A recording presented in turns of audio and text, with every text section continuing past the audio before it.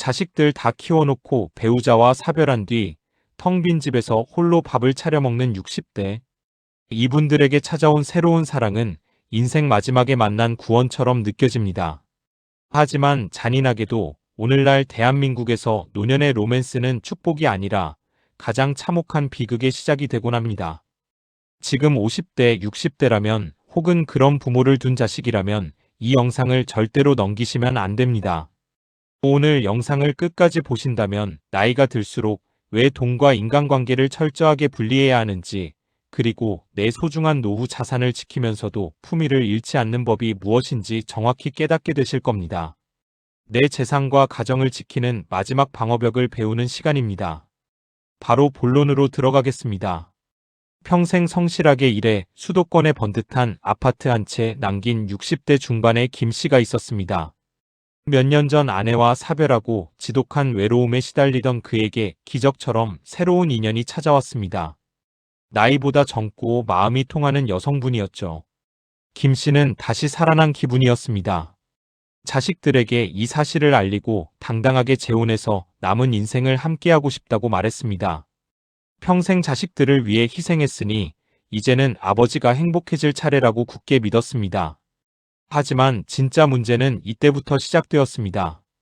축하해 줄 알았던 자식들의 반응은 차가움을 넘어 공포에 가까웠습니다. 자식들이 김 씨를 찾아와 다짜고짜 소리를 질렀습니다. 아버지, 그 여자 믿지 마세요. 혼인신고하자마자 그 아파트 빼앗아가면 어쩌려고 그러세요? 김 씨는 억장이 무너졌습니다. 평생 손에 쥐어본 적 없는 따뜻한 온기를 이제야 겨우 느꼈는데 자식들은 온통 아버지의 아파트에만 정신이 팔려 있는 것처럼 보였으니까요. 내가 저들을 어떻게 키웠는데 나를 이렇게 대하나 싶은 배신감에 밤잠을 이룰 수 없었습니다. 여기서 아주 기묘하고도 무서운 인간의 심리가 작동합니다.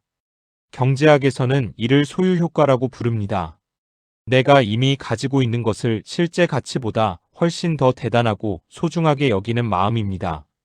자식들 입장에서는 아버지가 평생 일군 그 아파트가 조만간 자신들이 물려받을 자산, 즉 이미 내 손에 쥔 돈처럼 느껴졌던 겁니다. 그러니 새엄마라는 존재는 내 돈을 가로채러 온 강도로 보일 수밖에 없었죠.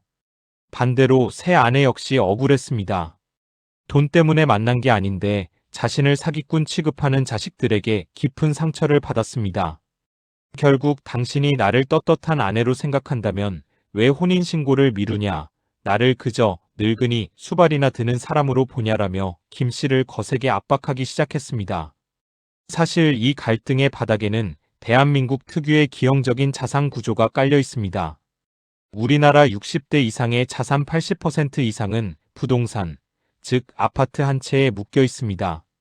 당장 쓸 수 있는 현금은 부족한데 덩치 큰 아파트만 덜렁 있는 구조입니다.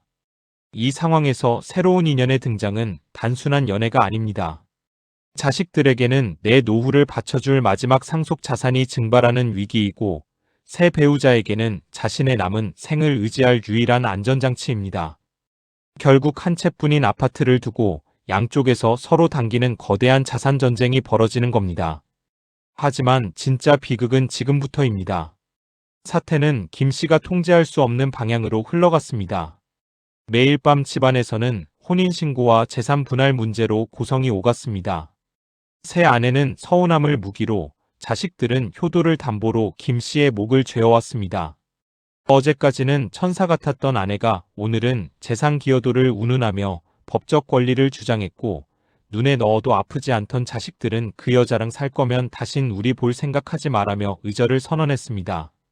가장 따뜻해야 할 집구석이 세상에서 가장 잔인한 법정으로 변해버린 순간이었습니다. 앞으로 이런 일은 여러분 주위에서, 어쩌면 여러분의 가정에서 수없이 터져나올 보편적인 미래 시나리오입니다.